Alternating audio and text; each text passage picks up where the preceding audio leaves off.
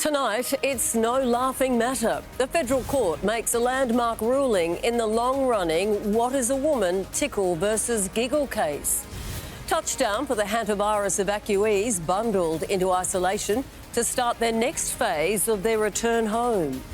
A Waterloo family doctor accused of multiple sexual assaults, his alleged offending occurring across 3 decades. Neo-Nazis now on the federal government's hate watch list. Prison time possible for anyone found to be associating with banned far-right groups.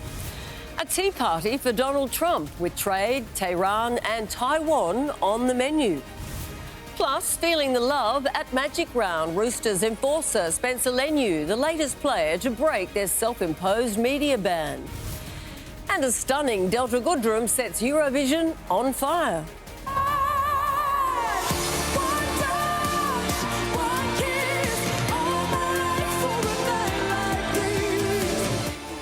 The performance taking Australia through to the final at the world's biggest song contest. When she'll be back on stage.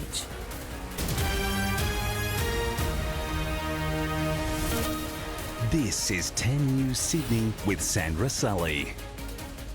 Good evening. We begin tonight with a dispute called Tickle versus Giggle, but it's no joke.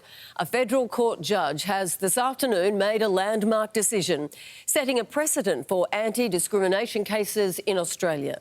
The lawsuit involving a transgender woman and the owner of a female networking app which banned her. The appeal by the company was thrown out today, and the app's owner ordered to pay double the original costs. For Sal Grover, it's a fight to protect women's-only spaces. You're here to defend biological rights, is that right? Yes. For Roxanne Tickle, it's a fight to be included, and for the nation, the ultimate test of discrimination law. Today, Ms Tickle, a transgender woman, won her case again. Very pleased by the outcome of my case, and I hope that it assists trans and gender diverse people and their loved ones to heal. Others felt defeated and vowed to continue their push for a right to create sex-based boundaries. Have to see what happens next, but none of us will give up until the law is changed. Ms Tickle was blocked from an online app named Giggle in 2021 on the grounds that she appeared to be a man. In August 2024, the federal court found that Ms Tickle was indirectly discriminated against on the basis of gender identity. Her birth certificate was changed from male to female after reassignment surgery. She was awarded $10,000 in damages. The app's founder appealed the judgment, but today the federal court dismissed it. We're really thrilled with the outcome of this case. It is a huge win for everyone from the LGBTIQ+ community, but particularly trans people who deserve to live their lives. The judges found that Giggle engaged in unlawful direct discrimination on the ground of her gender identity and treated Ms Tickle less favourably than a woman designated female at birth. The court also doubled her damages to $20,000. I think that it confirms what our darkest suspicions were, is that men who claim to be women have more rights than actual women in this country. Ms Grover says a crowdfunding campaign has raised $1 million to pay for Giggle's legal costs and that it could need double that to pursue a High Court appeal. Meaning another challenge ahead for Roxanne and those in the transgender community. Sarah Naven, 10 News. A group of Australians returning from a hantavirus cruise ship have arrived in Perth, commencing 3 weeks of quarantine. They'll be joined by 2 pilots and a doctor as a major operation to stop the spread begins. Touching down on Australian soil, 5 Aussies and 1 New Zealander, passengers of a virus-stricken cruise ship, landing safely on the fringe of Perth. The passengers, I'm pleased to say, remain in good health. They were subject to an initial health assessment upon landing, although they were also subject to ongoing assessment by a doctor on the plane for the entire flight. The journey from the Netherlands on a chartered flight to Perth's Pearce Air Force Base was a long and complex operation. Passengers then whisked away under police escort for 3 weeks of quarantine at the Bullsbrook National Centre for Resilience, an unused facility built during the COVID pandemic, finally put to use to combat a different deadly virus. They're new facilities, they have Wi-Fi, they have television, they have balconies. Obviously, I'm sure these passengers would prefer to be home. I thank them for their cooperation right through this very difficult ordeal for them. 2 pilots and a doctor who were required to wear full PPE during the flight also taken to the quarantine centre pending tests, while the plane will be subject to a thorough decontamination process. The hantavirus has an incubation period of 42 days. So far, the 6 passengers don't have any symptoms and have tested negative to the virus. But they'll be closely monitored by authorities, with hospitals on standby should a case be confirmed. I don't rate that as at all likely, but of course we've put in place arrangements with the WA government to deal with that eventuality if it were to happen. So far, there have been 11 reported hantavirus cases from the MV Hondius, including 3 people who have died. Megan Birch is live now outside the Bullsbrook Centre in Western Australia. Megan, what happens now to everyone inside? Specially trained staff have been flown in from Darwin and Sydney to run this quarantine facility.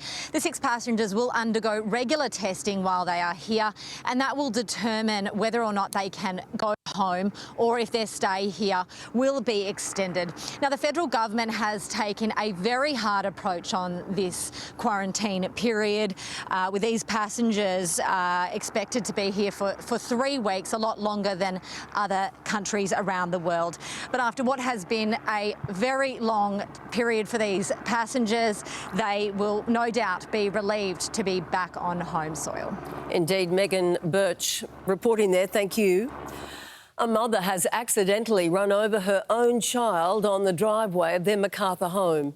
Neighbours say the 12-year-old boy was standing next to the car at around 8:30 this morning when it reversed and hit him. He was treated for serious head and arm injuries while witnesses comforted the distraught mother. She just kept hugging me, and then the ambulance went by police escort to the hospital with the boy. And she followed later in a police car. The car was taken in for further forensic testing. A tourist has died after a bus rolled on Queensland's Bruce Highway near Townsville. 29 people were on board when the crash happened yesterday afternoon, travelling from Cairns to Airlie Beach. 2 other people were critically injured and flown to hospitals, but a female tourist could not be saved. Multiple emergency response crews from various different locations respond very quickly, very professionally. Although we tragically lost a life, I believe that effort that we saw absolutely went into saving many, many more. Police don't yet know what caused the incident. It happened on a notorious stretch of road where 3 passengers died in a Greyhound bus crash 2 years ago. The next federal election is still 2 years away, but clear battle lines have been drawn between the government and the opposition over tax reform. After Labor revealed that it would wind back capital gains and negative gearing laws, the Liberal leader Angus Taylor has promised to reform the income tax system as both parties try to win over younger voters. The political battlefield. G'day. Hey, how are you? G'day, boss. Inside the homes of young Australians. The Prime Minister and opposition leader have very different policies, but a similar sales pitch. What we've done is make the right decisions for the right reasons, and it will make a difference. This is not about the politics, this is about what's right for the country. The government's housing tax changes were billed as the biggest reform in decades, but Angus Taylor's budget reply was just as bold, promising to link tax brackets to inflation. Bracket creep must end, the inflation tax must end. It wasn't a budget reply, it was a bin fire. Under the so-called tax-back guarantee, the bottom 2 thresholds will be indexed to inflation first, saving workers around $250 a year.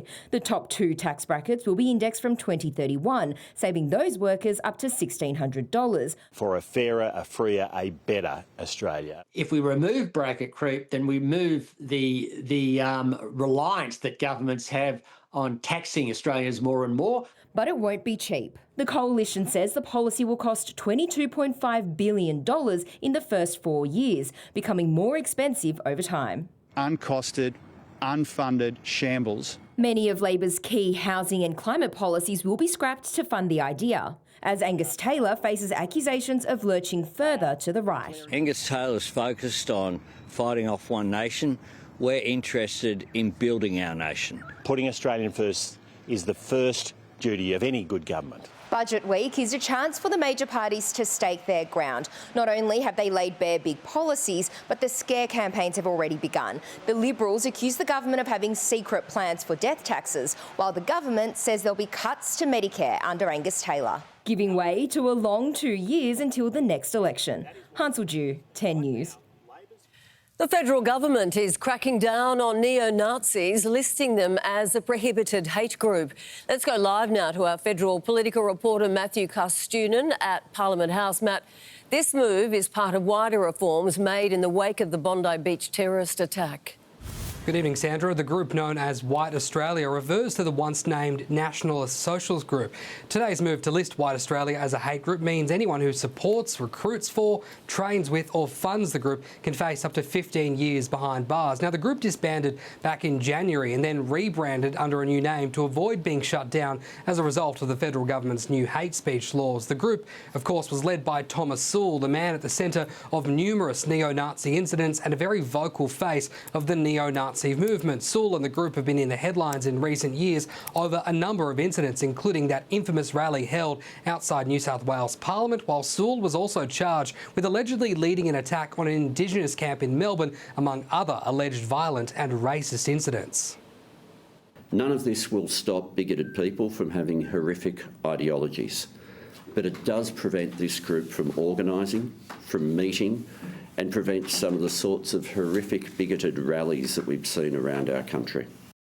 White Australia is the second group to be listed, joining Hizb ut-Tahrir, the government warning they have no tolerance for hate in our country. The changes come into effect from midnight tonight. Sandra. All right, Matt Castunen reporting there. Thank you. They walked and they talked. US President Donald Trump and his Chinese counterpart Xi Jinping strolled through an historic garden before the whirlwind state visit to Beijing wrapped up. The President, Donald Trump, saying they discussed trade, Iran and a lot of other things, as President Xi lauded a new bilateral relationship. There was still time for a final flourish on a first presidential visit to China in 9 years.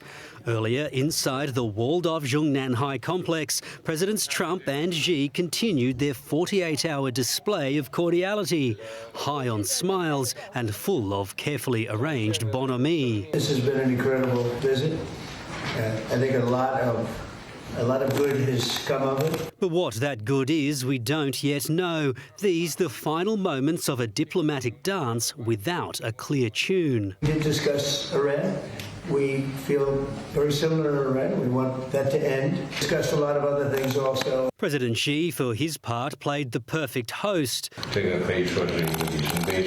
This can be called a milestone visit, he said, and we have established ways to cooperate moving forward. Last night's state banquet was full of diplomatic pleasantries and personal chemistry, even if it wasn't really clear which talks were on the table.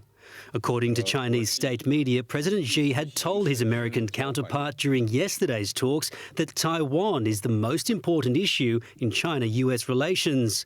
It was up to Secretary of State Marco Rubio to fill in the gaps on that one. U.S. policy on the issue of Taiwan is unchanged as of today and as of the meeting that we had here today. It was raised. They always raise it on their side. We always make clear our position and we move on to the other topics. When President Trump arrived yesterday, he would have had the 3 T's on his agenda: trade, Tehran and Taiwan.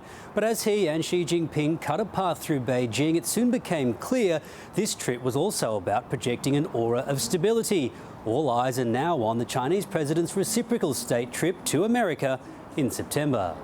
Matt Connellan, 10 News. Delta Goodrem has dazzled on the world stage to give Australia perhaps its best chance in years of winning the Eurovision Song Contest. The celestial spectacle in Vienna simply wowed voters, but there remains concerns that protesters could mar Sunday's grand final. An Aussie darling sparkling on the world stage from the first note. In the moonlight, dancing with the sun. In a gown adorned with 7,000 Swarovski crystals and a golden piano, Delta Goodrem set the second semi-final of Eurovision alight. It's certainly a long way from Ramsay Street.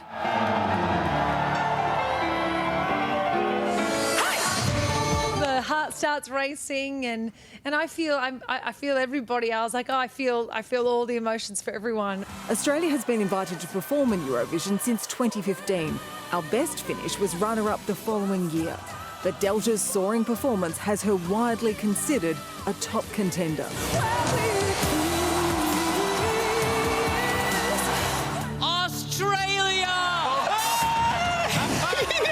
So excited. I'm so grateful for people's votes, and I'm looking forward to heading into the grand final. What an honour. Finland remains the standout favourite among the 20 finalists. The Finnish duo lighting up the stage in the first semi-final. Of course, it wouldn't be Eurovision without some wacky performances. The Prime Minister, though, confident our Delta will eclipse the competition. She is so proud to represent Australia, and all Australians are proud of Delta Goodrem. Go Delta! Aussie fans hoping the planets will align on Sunday.